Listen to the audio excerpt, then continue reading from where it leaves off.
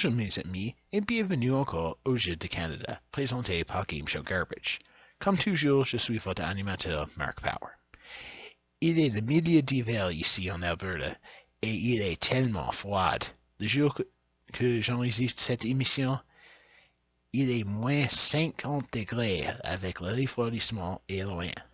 En Fahrenheit, ça fait moins 58.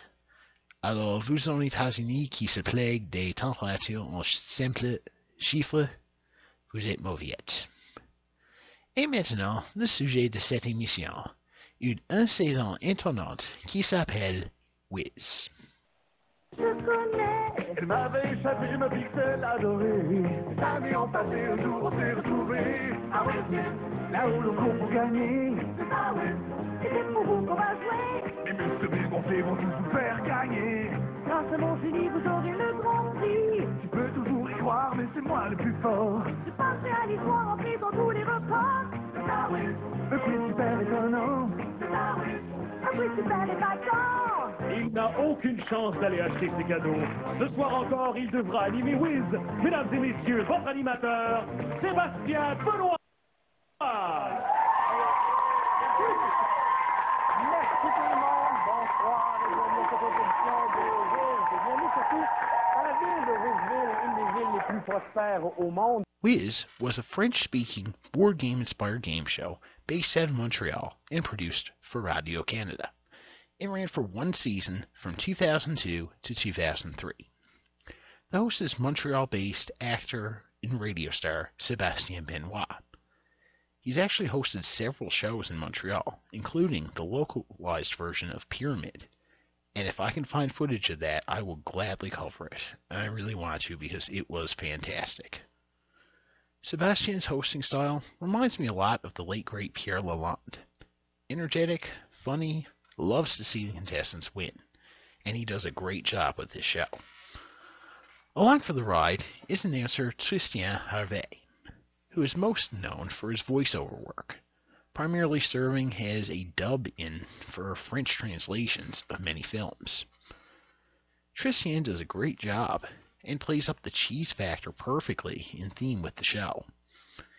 It's like Canadian Idol judge Zach Warner once said, there's good cheese and there's bad cheese. The show overall was good cheese. Contestants play along with animated partners. One is paired with Beau, voiced by puppeteer Michel Mangiot. The other is paired with Pixel, an obvious play off the computer term pixel, and is voiced and operated by Christine Lovelot. The professional puppeteers, I can't find any other info on them besides that. Up to 15 multiple choice questions are asked over the course of the show. A correct answer allows the contestant to roll a die and move their character down the game board. Each die has numbers 1 through 5, as well as a white star and a gold star. Rolling a white star gives the player the right to move forward anywhere from 1 to 5 spaces of their choice. A gold star earns a $100 bonus and a free roll. I like the idea of the bonus, but why did they have to use this tacky play money? It would have looked a lot better, in my opinion, if Sebastian had just handed them a $100 bill or an envelope with a logo from whichever sponsor. I get it, they were trying to go for the idea that the money was coming from the Wizzville Bank, but it just looked corny. Depending on where the contestant lands determines their fate. Landing on a yellow space wins a prize. However, should their opponent land on the same space later on in the game, that prize gets stolen away from them. Whoever is holding it at the end of the game gets to keep it, win or lose. Prizes can be found at squares 1, 5, 8, 11, 16, 23, 29, and 34. These prizes were all electronic gadgets supplied by the Centre Hi-Fi, an electronics store in Montreal. Typically, they were worth a few $100s each, and the most expensive prize I can recall being offered being an $1,100 camcorder. Purple spaces are risk spaces. Landing on square 7 means the contestant goes back to the start. At square 10, they get a free roll. Square 18, the contestant will have to forfeit one of their prizes to their opponent.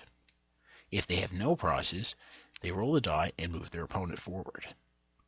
Square 21, the contestant can either roll forward or roll to move their opponent back. At square 35, the contestant gets a free roll, and if they roll a 4 or a white star, more on that in just a moment,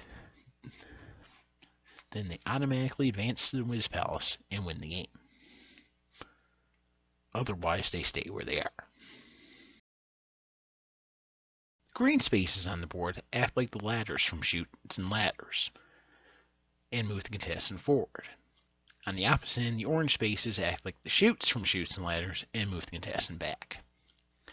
After 15 questions, whoever is the furthest ahead wins the game, $50 cash for each space, and returns on the next show to face a new opponent.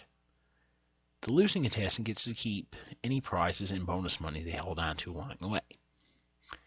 If a winning contestant reached space 37, though, the Wizz Palace, their cash total was bumped up to $2,000, and they win the grand prize, a week's vacation for two to Cuba worth over $3,000. And better yet, if a contestant pulled this off with questions to spare, they then earn the right to play for bonus money. The rare times this happens, the contestant goes back to the start, with the prize and risk squares now being out of play. But the green and orange spaces remain.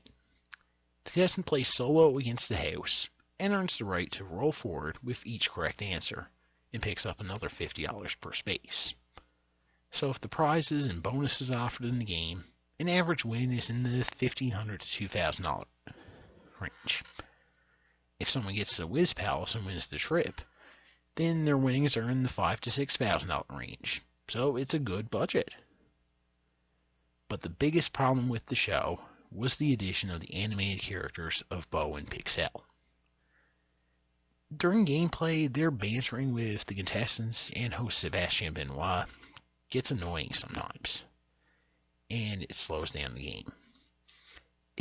Plus, it just seems to me that if you're going to have animated characters be a big part of the show, you would be better off making it a kid's show. In order to put Bo and Pixel into the game, the producers turned to innovative technology supplied by Kadara Online that allowed the puppeteers to operate Bo and Pixel in real time with a joystick and microphone so they could interact with the contestants and etc. instead of producers having to go through an arduous process of adding the animation in post.